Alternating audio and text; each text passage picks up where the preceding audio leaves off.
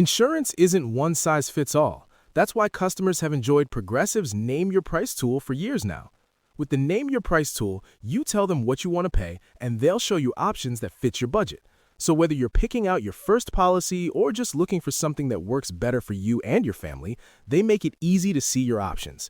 Visit Progressive.com. Find a rate that works for you with the Name Your Price tool. Progressive Casualty Insurance Company and Affiliates. Price and coverage match limited by state law. I'm Delta Work, and this is Very Scary Delta. Pandora Boxx is on the show today. We talk about Shelley Duvall and beans. But first, do you want to see me go off? Because I think you want to see me go off. Oh. Mom! Do you hold the space?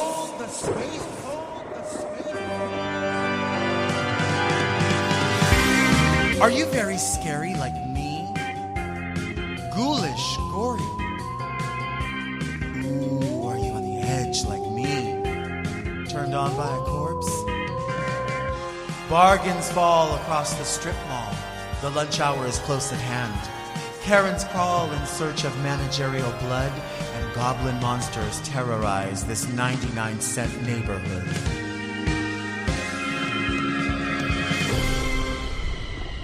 Pumpkin spice flickering candles, seasonal whiskey by the handles, scented soaps, unlimited soups, a TJ Maxx, I gots to poops, a cold Diet Coke, a small fried fish. When hearts gather round, we have one wish. Oh wait, is that a spirit Halloween? It's Very Scary Delta! I'm Delta Work, and this is Very Scary Delta, a luxury public access podcast and YouTube talk show where I look gorgeous, speak extemporaneously, and invite fascinating people to sit on the couch and get very scary Delta. Very Scary Delta is for the woman who knows that we must prepare for the coming of Gozer, the Destructor. But first, let's get into some things that are very scary Delta. Go off, Delta! Do you ever feel like a plastic bag? Do you ever feel like your plastic bag has degraded in quality? Because if you do, then you're with me. And you must be very scary Delta. You must be very pissed off because I am. I am telling you, I have held the space and I've held my tongue about this for a while. I feel like in recent times, we have been trained to be mindful of recycling, be mindful of paying for things that we once didn't have to pay for. And one of those things is bags, right? I will always purchase a bag. And that sort of changed for me a little bit here and there, definitely during the pandemic when we were, spacing out what we were doing. Some people were saying like, you have to bag your own groceries, bag your own items. I'm fine with bagging my own things. However, I'm very concerned about the quality. Let's start with this bag. This used to be the bag at Dollar Tree. This is the reusable bag that you were given for 10 cents. You buy this and you're supposed to put your items in it and you can reuse this bag. And it's a good bag. Nice quality. You could maybe save it for more groceries. You could use it to put a wig inside of to give to someone. Maybe you decide you want to use this with green ribbon and you want to turn this into a gift satchel like that. You could do that. It's up to you, whatever you want to do. So this is the bag that we were given and this was fine. And then somewhere along the lines that changed. I don't know when it changed, but it changed. And all of these bags are within recent times, right? So that was the first bag. Then it changed to this bag, which is very similar, a different logo on it. Now, I'm not an authority on what the bags are made out of. So like, I don't know if this is old Diet Coke containers or this is old diapers or what it is. But I will tell you that this one features the statement reusable bag, 100% recyclable and washable. This is a washable bag. I don't know that this one said that it was This one said, please return to participating store for recycling. Reuse this bag 125 times, 100% recyclable. This one doesn't say that it's 125 uses, but it does say that it's hand washable. So I don't think you dry clean this bag. If you are somebody who frequents a dry cleaner, or maybe you like to put your reusable 100% recyclable bags in the laundry, this would not be the bag. This is hand wash only. So I don't know if you do a Woolite with a bag like this. Maybe you do any sort of gentle soap, something, a special soap like Bath and Body Works has those new refillable soaps and refillable laundry. Maybe that's what you do with that. So anyway, this was the bag that I think I was most used to because I have a lot of these. The white one I wasn't so familiar with, so maybe that was like the premium bag. The other day, I go to Dollar Tree, which, by the way, it's Halloween. I never thought I would miss 99-cent store more than I miss it now. I remember when it went away, I thought, oh, it's sad, but it's a store. What's the big deal? I miss it more than ever. And now all those 99-cent stores were purchased by Dollar Tree. I didn't know that. When we heard that they were purchasing these stores and they were going to turn them back into 99-cent stores or something like it, they fooled us because they're turning them into Dollar Trees. I don't need 3 Dollar Trees within 1 mile of my home. Anyway, so now still 10 cents. The first bag, 10 cents. The second bag, 10 cents. This is the third generation of that bag. And this is what I got for 10 cents.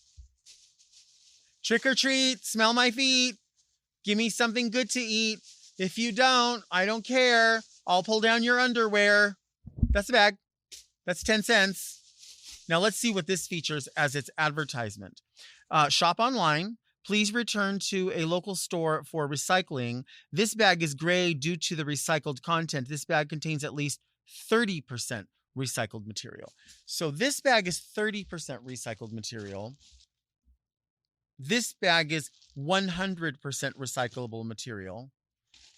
This bag was also 100% recyclable material, but you could use it for 125 uses. This one, I don't even know what you could use this for. And I don't even know why this is 10 cents. How is that fair for that to be 10 cents? What could you... That's a plastic nail. Hello. Hi. Trick or treat, smell my feet. How many times can you be used? I can tell you how many times I've been used. But look at that. I could just blow right through. Scissor sisters. Scissoring. This is... You couldn't even suffocate someone in a bag like this. How is this? This is the bag. They're charging 10 cents for this bag, and it's 30% recyclable material, which the surprise to me about that is, how was that 100% and this is 30%? But if it's all plastic, shouldn't it be as strong as that one? I'm confused. And why is it 10 cents? Who's the authority on this that says you have to have recyclable bags? Is it even an ordinance anymore? Maybe it's not even an ordinance. Maybe we just got used to it. This is kind of like McDonald's with the sodas. The sodas say on the menu, everyday value, $1.59. But then sometimes you go to other ones and it says everyday value, $1.69. But why is it when I get to the register, it's $2.29? And then you say it's on the menu and they're like, oh, really? Oh, well, okay, well, it's $2.29. So do you want it or not? So, hi, I would like a recyclable bag that I can use 125 times and is 100% recyclable. Well, no, you'll be getting this, but you'll be paying the same price, baby. This is going to be the same price.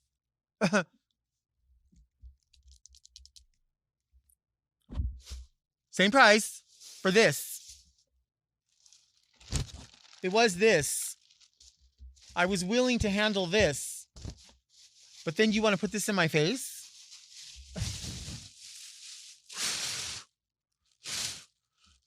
I feel like a plastic bag. I feel like I'm Do you, what is the, I don't even know what the lyrics are of that song. What is that girl saying? Do you ever feel like a plastic bag as I'm very deep? I don't even know what she says, but I feel like this blowing through the alley.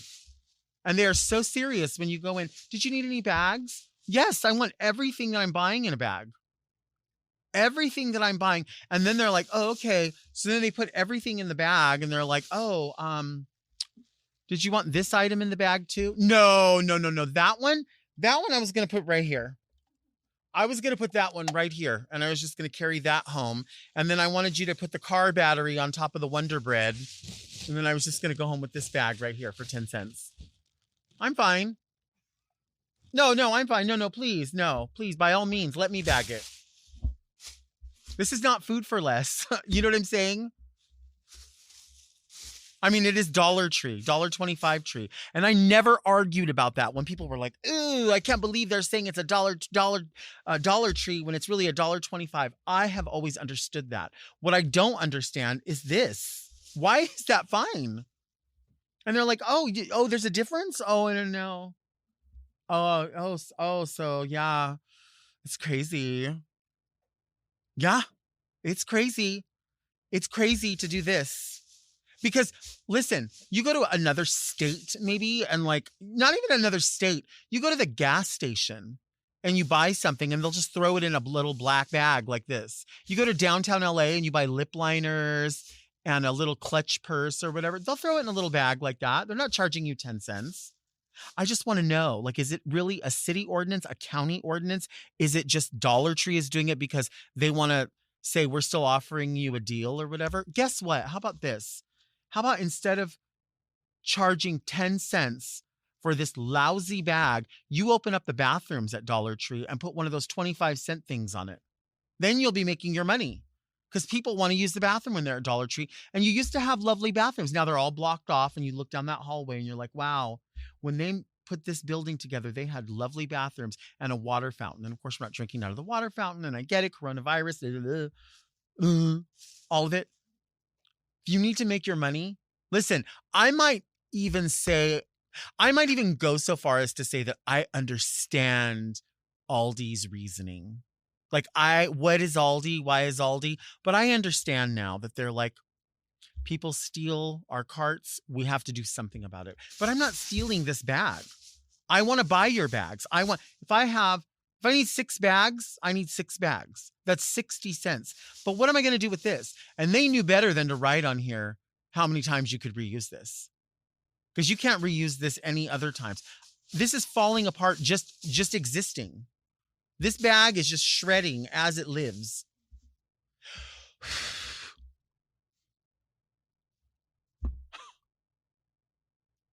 Do you want to see me take a break? Because I think you want to see me take a break.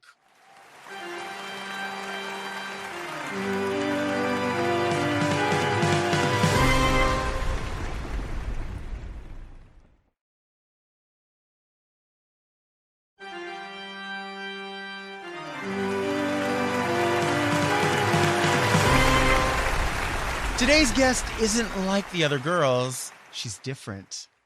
She's the 3-time non-winner of RuPaul's Drag Race. It's the one and only Pandora Boxx.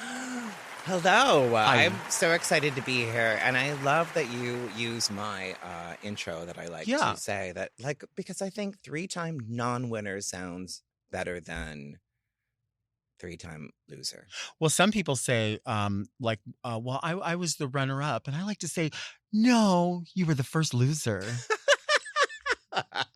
But I say that with authority because I was one of the biggest losers. So that's fine. Well, no, I don't think you were the biggest loser. And also, I appreciate your sense of humor. So, well, we're ladies of a certain age and we get it. We were sort of raised laughing at ourselves. And, you know, anytime we point a finger somewhere, we always have 4 more pointing back at ourselves for sure. For sure. Yeah. I feel like just off the cuff, out the gate, we have to talk about Boxx. Oh, my my debut album. Yeah. You know, at a woman of a certain age, like an intestine fell on me. But Happy Halloween. Yeah, I don't know. I've always had it in me to want to do an album. I feel like music kind of saved my life when I was younger, and I wanted to do something. I don't know. It went through a bunch of changes. It was going to be like comedy, then it was going to be this, and then my friend Brandon James Gwynn, like we were talking, and I don't know. You know when somebody just gets you, and that was him. And I kind of wrote these lyrics. It was a song called Pill, and it's about my life, but interwoven with Alice in Wonderland. Okay. Which I love. And like when he got it and he sent me back the demo, I'm like, this is it. I'm excited. We're doing this. I love that. I love that. I mean, I feel like, you know, you are someone who I've always known to be incredibly sarcastic, sardonic in many ways. And I think that we get from social media specifically that in order to be funny, you have to be the loudest, the craziest, the most obscure, and you have to be in everyone's face. And I don't always find that the funniest. I just find it obnoxious. And I think it's okay to sort of deliver things in a very simple way where people go, wait, what? And then they walk away going, oh my God, you really said that. And one of your closest friends, drag mother, drag family, Darian Lake, the same way. It's just that delivery of things that are very simply said. And literally that's what made our friendship, because we had the same sense of humor and that like, you know, bitter, sarcastic, but not really too mean. Right. Although Darian is a little meaner. Darian's mean. Darian is hilarious and has one of the best deliveries ever. But the thing is, I didn't know when I met both of you that I had really known both of you way before that, because I was such a fan of the Ricki Lake Show. And I remember the Ricki Lake Show. You remember all the shows at that time. Tempest Bledsoe Show, Queen Latifah Show. Like there were so many. And the idea was everybody had drag or trans entertainers on the show. And you both were on that show. We were. And well, two things that's funny about it. One is that I, like after Drag Race, I was in West Hollywood. And some guy was like, oh my God, I know you. You were on the Ricki Lake Show. And I'm like, that's not what I thought you were going to say. I was like, what? And really, it just was a friend of mine called me up and said, hey, they just had this topic air at the end of Ricki Lake Show, and it's you're too fat to be a drag queen. And do you think Darian would go on? And she's like, yes, let's do it. Because it was before there was really any opportunity to be on televised anything in drag. We sat in a room for 5 hours in drag, eating stale bagel sandwiches. And then we went out and they pulled me early on because I wasn't creating the drama they wanted. Right. But then I got to stand next to Ricki Lake and I said, I'm a really big fan. I've been a friend since Hairspray. And she's like, oh, that's a long time. She was very sweet and lovely and nice. Yeah, I love that. But they loved Darian so much. So it made my heart happy that crowd was living for her. Yeah, I mean, how can you not, right? And I feel like it's so weird to look back at reality at that time. And even like most recently, I started rewatching Project Runway. And, you know, we've known a million people that have been on Project Runway. We've worked with many of them. And it's interesting to see the sort of infancy of that type of show, which was obviously you had already been in reality of a talk show. And then to watch Project Runway just as the infancy stages of then Drag Race. So when we went into Drag Race, all we really would have is like Project Runway sort of to look back on and go like, oh, well, is that how it works? And it's weird to see like the misogyny that was allowed in the early seasons. I mean, I get it. It was Harvey Weinstein was the executive producer. So I'm sure that had something to do with it. But it's weird to watch what was permissible back then versus now. And then when you try to recall it, I feel like it's like, I have to explain to people, well, it was a different time. It was, you know what I mean? Do you find that? I do. And I mean, I worked in local television before I was on Drag Race. So we did We did a version of Are You Smarter Than a Fifth Grader? Like Okay. we were doing a live version of that. And everybody that worked on it was like, are you ready for every competition show to be destroyed for you? Like, you're not going to be able to watch them the same. Right. And I was like, okay. Because we had like a casting call and we had, people audition and there was an online voting thing. But then you sit in a room with like a couple people and you go, okay, who are we putting on the show? And I was like, wait, what? It's not about the voting. It's not about this. But it was just kind of like, oh, so sometimes it doesn't matter what people do in their auditions. But they have to be at least good. Yeah, I mean, and also isn't that sort of like the this idea that like you can be really, really good at drag and not do well on Drag Race. And then there's people that are really good at Drag Race who do really well on Drag Race. They understand and they're able to separate and go, all right, I need to produce this part of it myself. Whereas there's other people that are like, no, like I want to do what I think is right, what I think is funny, or. Yeah, and I mean, now it's totally different because, I mean, I shot Drag Race 15 years ago, which, oh my God, it makes me feel so old. But I was literally like, I shot it in 2009, and when I got some flack on All Star 6 for looking older, I was like, bitch, I was fucking 37 when I shot season 2. I was the oldest then. So it's not like I got younger. People are cruel that way. I mean, we know that people, it's so weird how I think people don't even mean it sometimes. I think they just want someone to go, wow, you really burned that person. You really let them have it. Yeah, it's the whole reading thing. Yeah. It's the whole reading thing. Like, it's just like sometimes people are just assholes.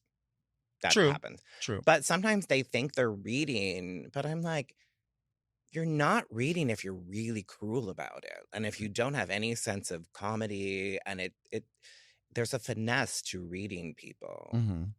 But there I also, really I don't know if you watch the show anymore, because I don't. But All Star 6, the reading challenge, really, like, I was there live. It really sucked.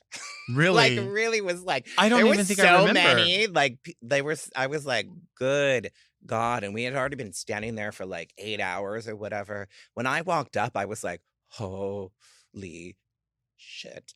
Can I walk in these heels? Because Angina convinced me to not wear a platform, because I usually wear like a platform. Because she's like, oh, but look at you'll think of like this silhouette, and when your foot walks out, it's going to look so good. I was just like, I'm going to die. Now I have to read people and be funny.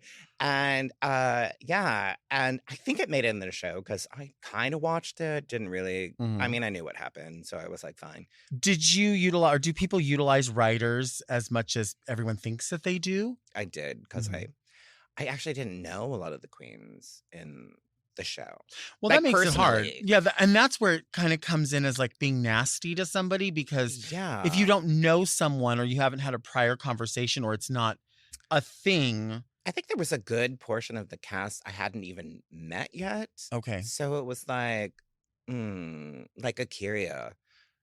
I'd never met her. I think she's gorgeous. She was the hardest one to come up with something, because I really was like, I haven't even really met you. And then I met her, and she's amazing and lovely, and I adore her. But I still am like, she's hard to read. Yeah, because it's like you look at somebody and you're like, okay, you're beautiful, you're super talented, you're nice to everybody. Oh my God. You don't have your head up your ass. So what am I supposed to make fun of? Yeah, I'm like, I don't know. I still wouldn't even have a good read You're like, for her. Ew, I saw her drinking Mountain Dew at lunch. You're gross. Yes, it's that portion. Like, I'm like, I wouldn't even know what to say about her. Still, to read I agree. her. I love that. Let's take a break.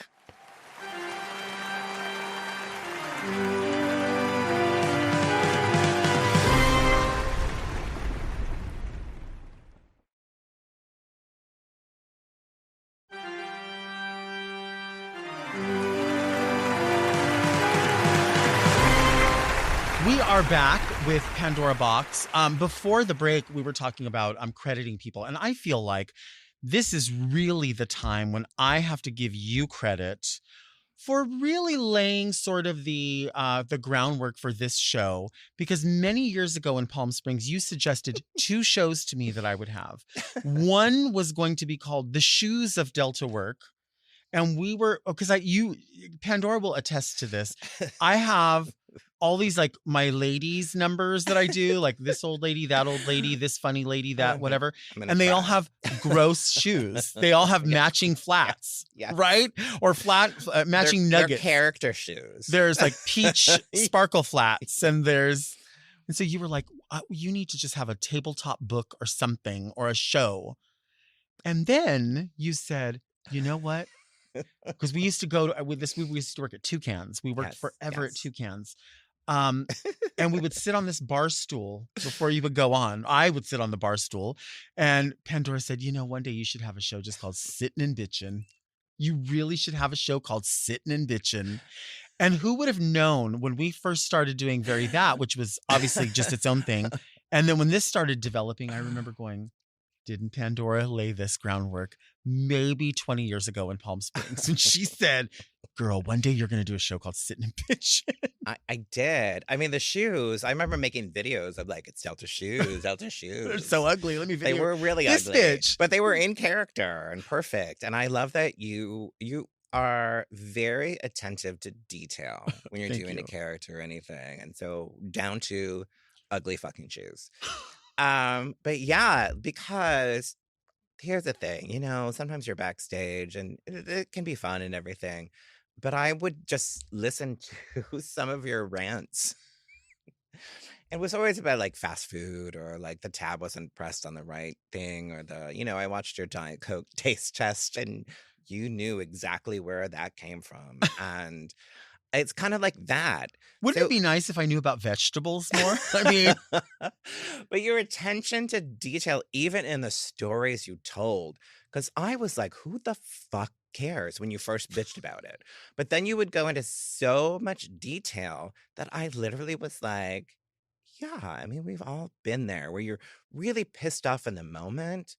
And I don't feel like you carry it with you for like years, but once it's out, it's done. Once you tell the story in such like explicit detail, it was so amazing to hear. And that's why I was like, girl, you need a show called Sittin' and Bitchin'. Which is basically what we do here.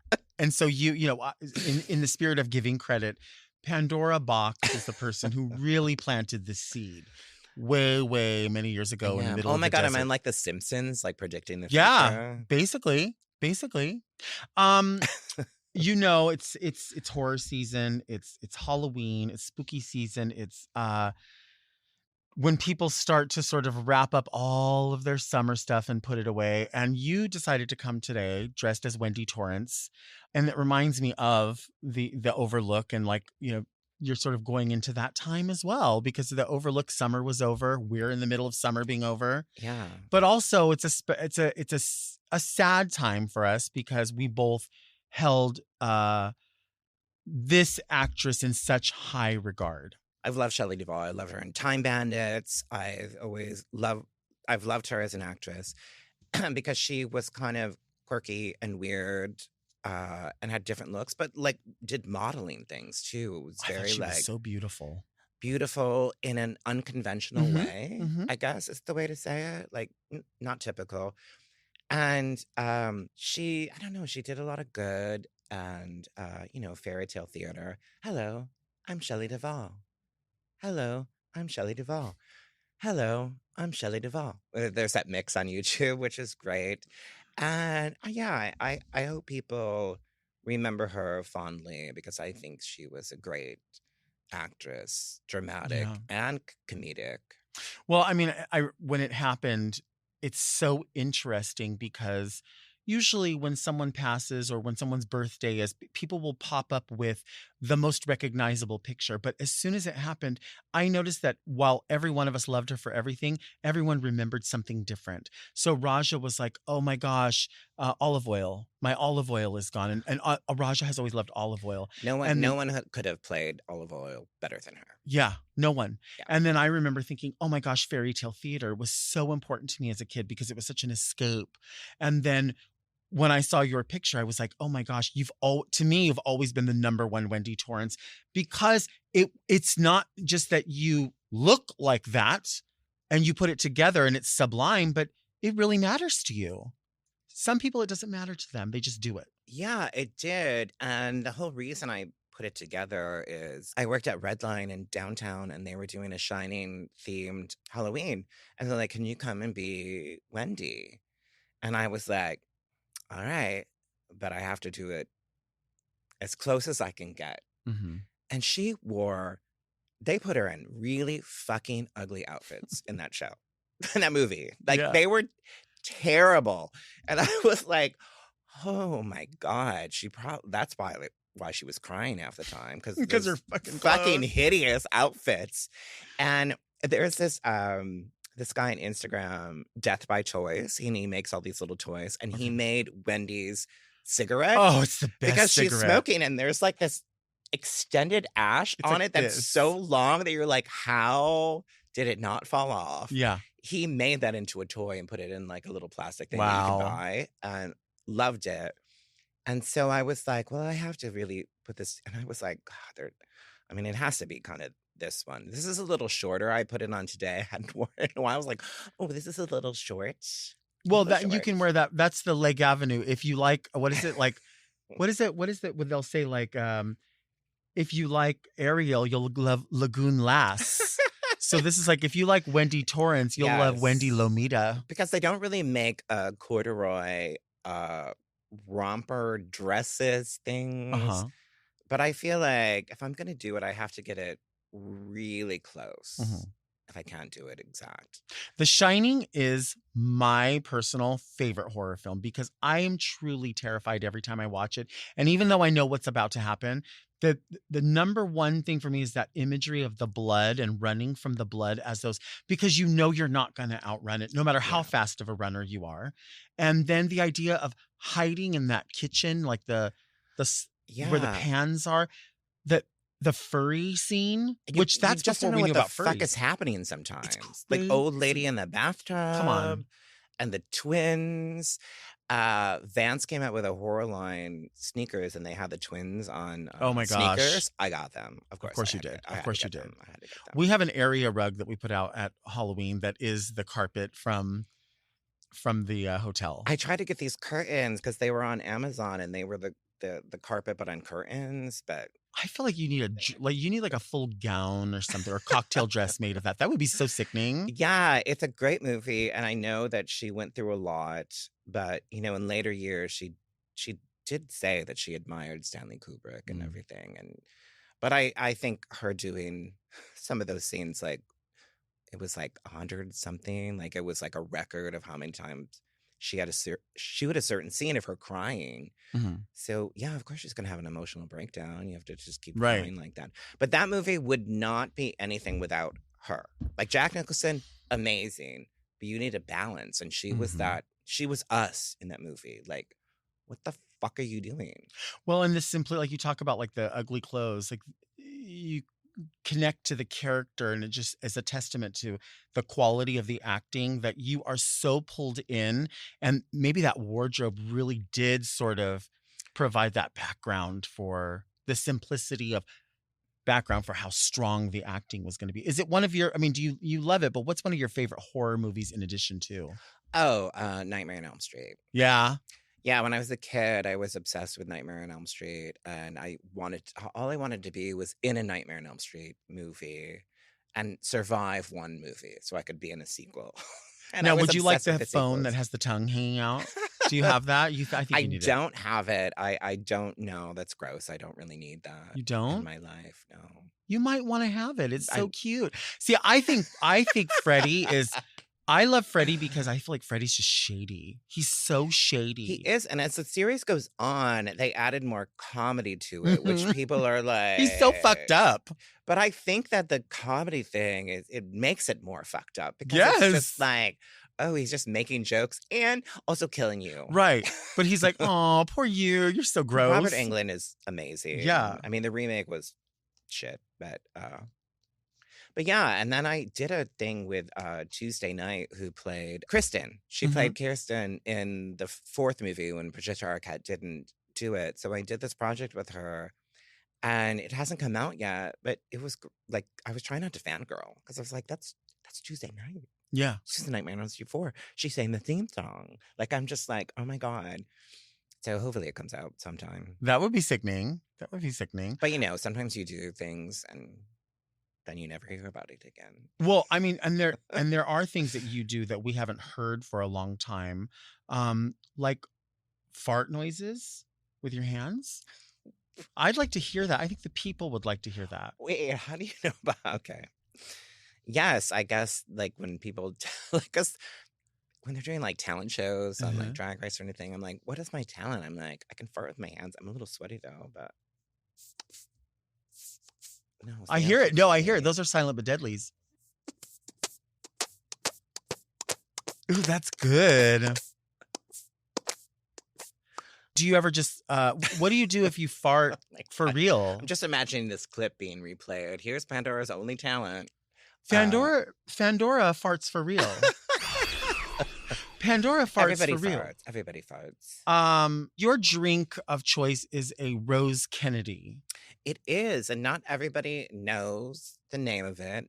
Robert from Executive Suite, of course, knows that drink. But yeah, it has. I didn't know for a long time that it had a fancy name, but it is vodka, a non-shitty vodka, club soda, and a splash of cranberry. That's nice. Yeah, that's nice. I think that's simple.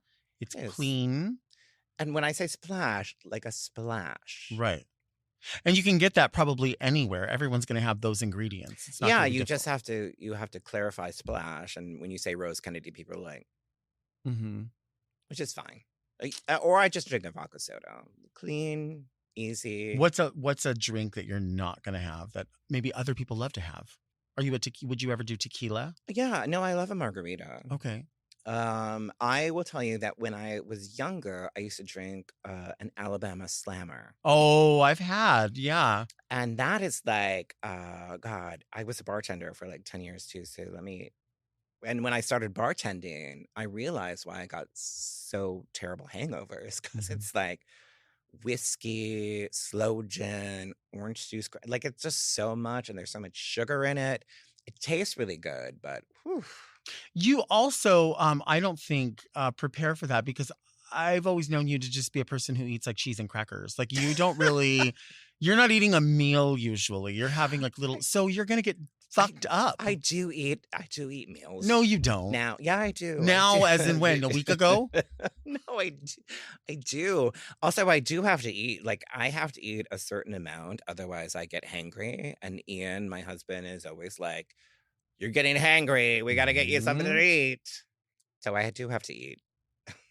I've never known you to have a crazy appetite. So, I mean. Here's the thing, girl. We can't afford to, and we're not buying a whole wardrobe. So you have to fit into these dresses that weren't the same size when you started drag. This size is fine. So you have to keep fitting into these dresses. Right. Do you eat chocolate? I do. You like chocolate? I do like chocolate. Do you think you could sing us the chorus of Cheer Up, Charlie from Willy Wonka and the Chocolate Factory? Cheer up, Charlie. Don't say a word. You'll win a ticket. And your mother needs some makeup. I know I don't know the whole song, but sometimes I just play Cheer Up Charlie when I'm a little depressed, and it takes me there. I saw a meme that showed like the family in the house, and it was like, how bad do you think this house stunk? And I think about that. No, I don't want to think about that. But yes, it definitely smelled like old feet. Old feet. I like descriptions like that because you go somewhere. Chanel likes, she used to say, like when something smelled really bad, she would say, "Ooh, girl, it smells like honey yogurt in here." Oh. And I thought, oh, because I'm thinking of it being spoiled, like a spoiled yogurt. Yeah, like honey yogurt doesn't make me think stinky, but spoiled honey yogurt, right, takes me exactly. She said there was a sweet and a sour to it, whatever it was. Because do you eat yogurt? Sometimes, yeah. Yeah, I love yogurt. Yeah. I want 2 containers of yogurt. Okay. Our sound and visual technician that runs the show gets her yogurt from Sprouts. Okay. And they have a coffee yogurt, and I haven't tried it yet, but I'm going to.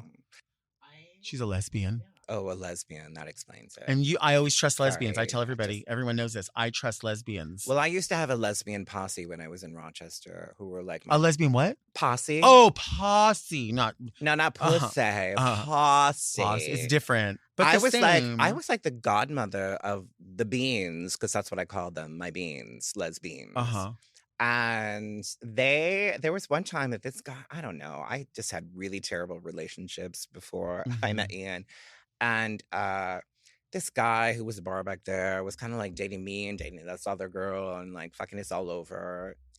I will tell you, I was sitting on the couch watching Sex and the City, eating potato chips, and I get a call from my friend Elena, and she's like, "Oh, he's here. Hold on." I just punched him in the face, and I just took care of it. And then I literally was like, holy shit, I'm the godmother. I'm just sitting at home. Yeah. And these beans are taking care of everything for me. This is the best life. You don't have to hit anyone. I don't have to do anything. They're just taking care of it. When you have my lesbian posse took care of me. The beans. The beans, yeah. The beans. I like that. Let's take a break.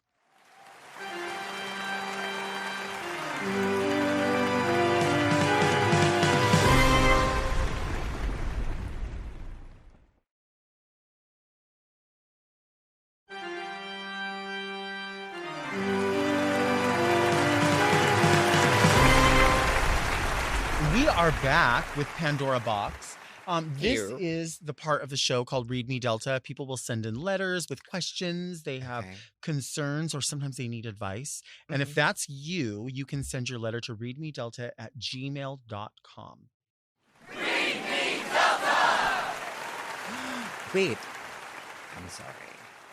A letter opener and fancy envelopes? Yes. People that are very Delta send it in their own stationery. And of course, I collect letter openers. I've always appreciated your attention to detail. And this right now, I creamed a little on my seat. I'm sorry. You'll have to do a wash down. But they don't actually send them this way. But I abuse my producer, Doug, and force him to rewrite them by hand and put them in here. Well, normally I'm blonde, so I would be like, oh my God, really? But yeah, bitch, I got it. I know they don't send them that way. There are people who believe that. So you can send any request by carrier pigeon to Delta. See how she is. Dear Delta and Pandora, a picture is worth 1,000 words. I'm obsessed with dick pics. I have over 80,000 of them in my phone, pics from certain apps. Most of them are of older, engorged daddy's dicks.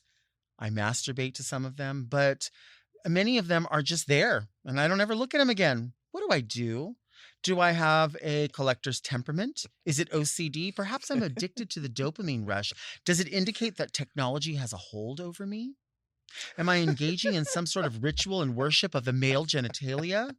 In truth, I've been going through a dry spell in terms of getting laid. So maybe I just need more consistent dick.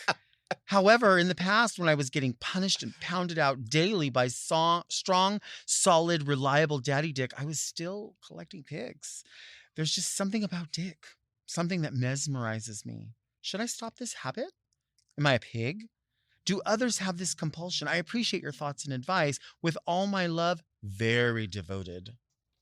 Why are they collecting these pictures? Okay, so one, I feel like this should be a slam poetry read. Like, literally, this is very a dramatic poetry read. And also collect those dicks, but create a folder so the dicks are just in one folder. Okay. And not, just all over randomly in your phone. You can create a private hidden album on if you have an iPhone, you can do that. Not that I have one. I do, but I don't collect pictures of dicks. But hey, I like dicks. Yeah. Yeah. I don't collect pictures of them. You know what I collect pictures of? I collect pictures of recipes that I'm never going to make. I do it all the time. Oh, no. I have in my notes, I have a list of recipes to make. And I have made some of them, but. How many pictures are on your camera roll, would you say? 1,500? You're lying. No, that's it? I think. How many do you think a phone, like the average person's phone holds, like pictures of whatever? I don't know. You know what? I got really bad about taking pics at a certain point where you're doing gigs and you're like working and doing all this. And I was like, oh my God, I don't really fucking care. I have 36,000 pictures on my phone. Is that too much? No. I don't think so either. No, but also but then when I wasn't taking pictures, I was like, oh, I just did this show. Like if I did a show with you, I'm like, oh my God, we got no pictures. And then people are like, hey, Pandora, what are you doing? Are you working? Yeah, I'm fucking working. Yeah. Because I don't post the pictures all the time that they think that I'm just sitting at home in my Wendy Torrance outfit going. Would you ever have an OnlyFans where you dressed up as Wendy Torrance? Oh, God. You don't have to do anything you don't have to even do anything sexual or anything like that. You could just do, I don't know what you could care. I bet you there's people out there that would love to see it. Speaking of that, there is this weird thing that happened years ago, but it's still there because we just talked about it the other night. I don't know how it came up, but there is a Facebook page called Pandora Boxx's Feet. Stop. Do you have beautiful or unusual feet? I think they're fine. Uh-huh. I mean, they're a dainty foot, but one picture is just me. I don't know where. I think it was me sitting by a pool, but they put a wig on me and just showed my feet. It's so weird, and it's still up. It's a stalker. I mean, clearly. Well, are you more mindful now when you're out in public about your feet being seen?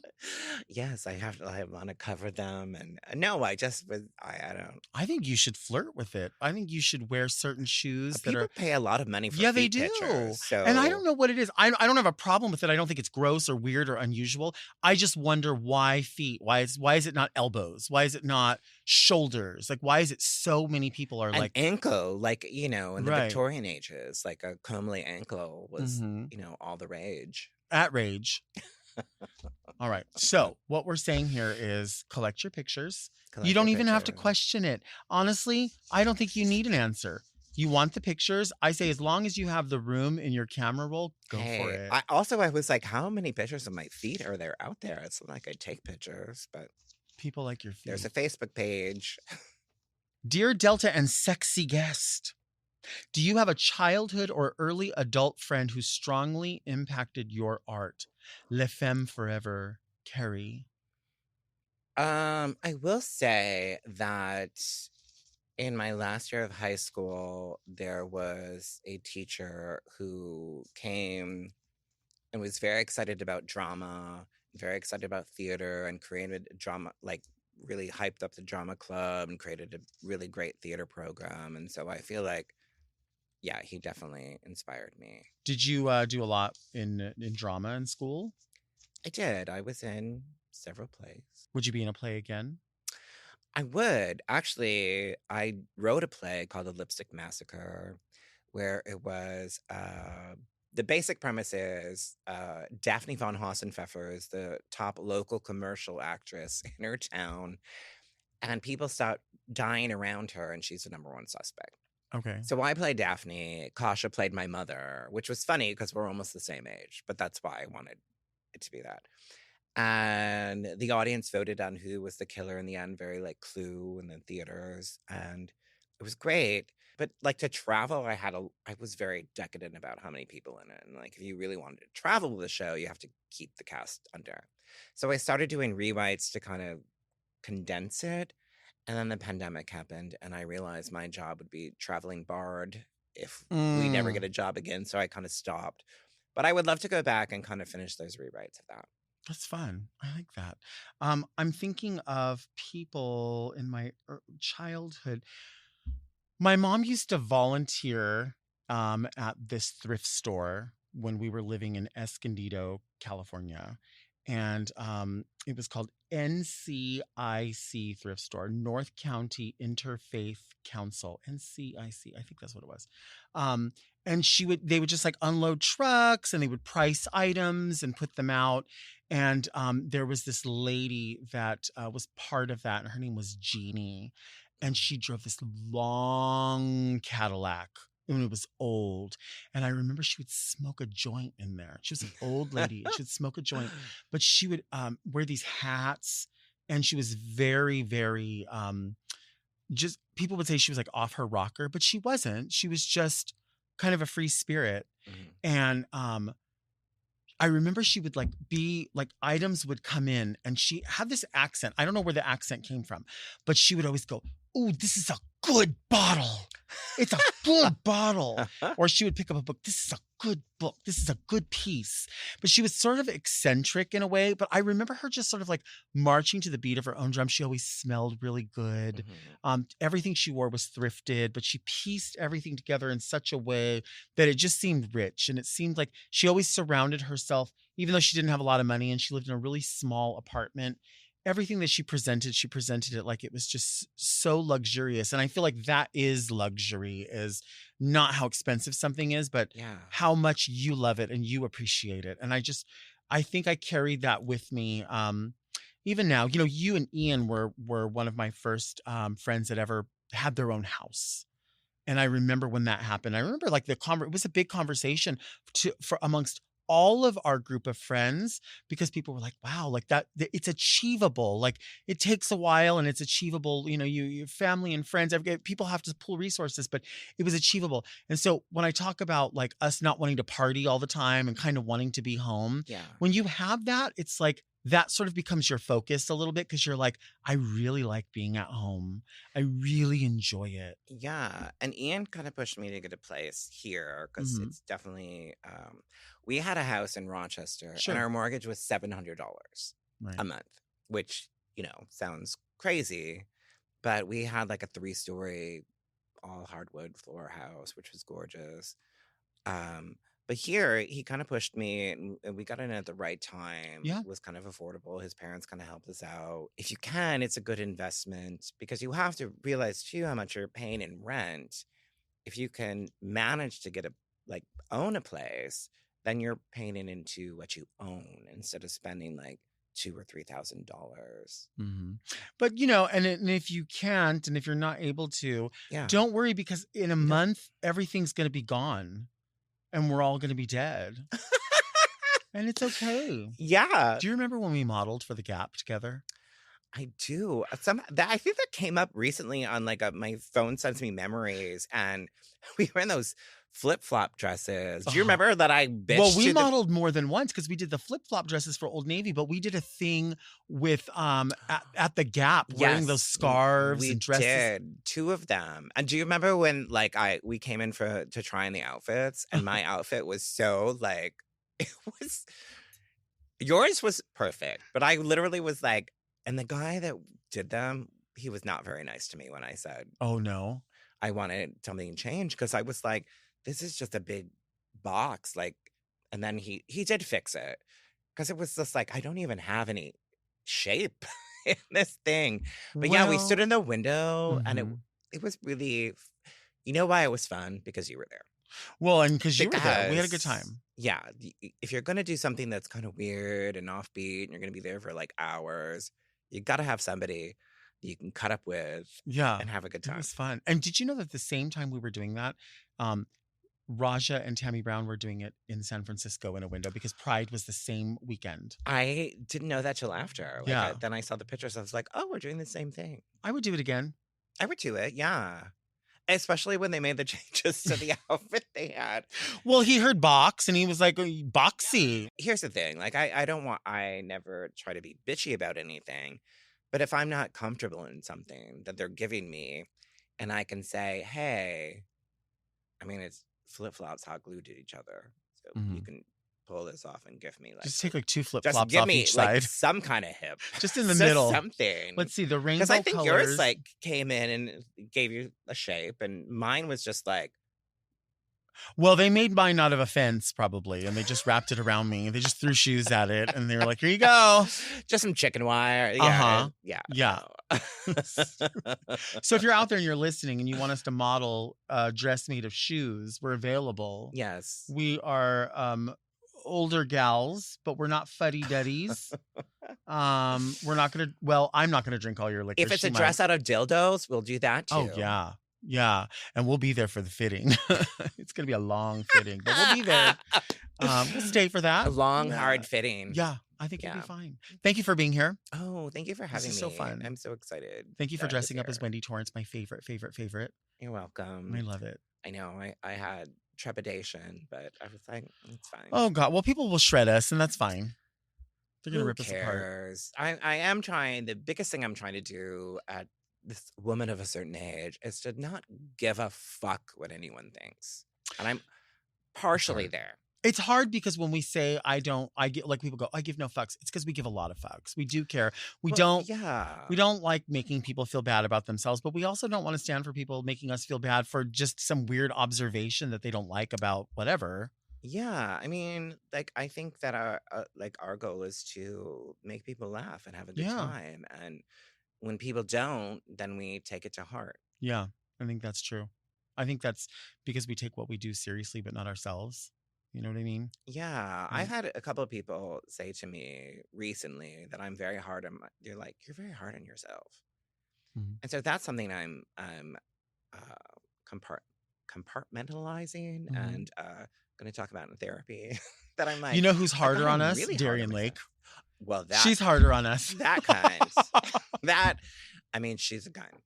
She is. I'm sorry. I know we're ending, but I have to tell you that when she went on Drag Race, that she didn't tell me at first because Darian loves a secret. I was like, girl, bitch, I was on the show. So finally we were driving somewhere. We were doing a show together and she was about ready to go.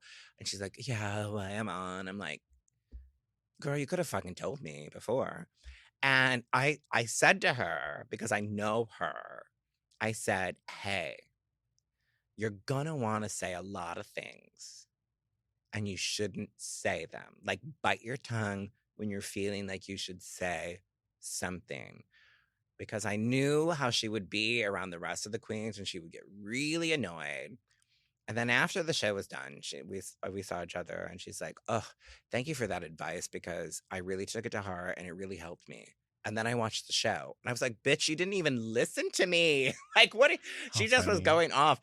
And there was one episode where it was like an Untucked or something. And she's just being like Adora's even calling her out and Adora loves her. And I said out loud, oh, girl, just give her a candy bar. And she's immediately after says, I think I just need a candy bar. Oh, my God. I was like, yeah, I know, my friend. You know, she's a good very, friend very now. well. She's a good friend. She will be your alibi. That is true. I believe that is true. That is true. That is true. She's always has something funny to say, but she's also always listening. She's not just hearing people. She listens. She wouldn't want me to tell everybody that she's actually a good, nice person, but she is. Well, thank you again for being here. I appreciate it. It's a lot of fun. Thank you. Thank you so much for listening and to watching Very Delta. Our show comes out every Monday. Subscribe to Mom Podcast YouTube channel and turn on your notifications so you never miss an episode. Search for Very Delta on your favorite podcast apps to listen to the audio-only version if you can't take all of this visual beauty. You can also sign up for our premium offerings on Mom Plus Gold by visiting mompodcast.plus, where you get weekly episodes of more Very Delta. Don't forget to send all of your questions to readmedelta@gmail.com. You can follow me on Instagram @DeltaWork. Where can people find you on social media? PandoraBoxx.com. There's 2 X's in box. The extra X marks the spot. Pun. Love a good pun. We'll see you next week. And until then, keep things very Delta.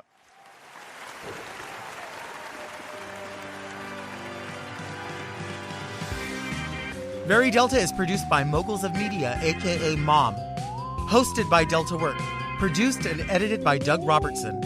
Technical direction by Margot Padilla. With original theme music by Will Pitts. Media and design support by Stone Cold. And set design by Eris Sevilla.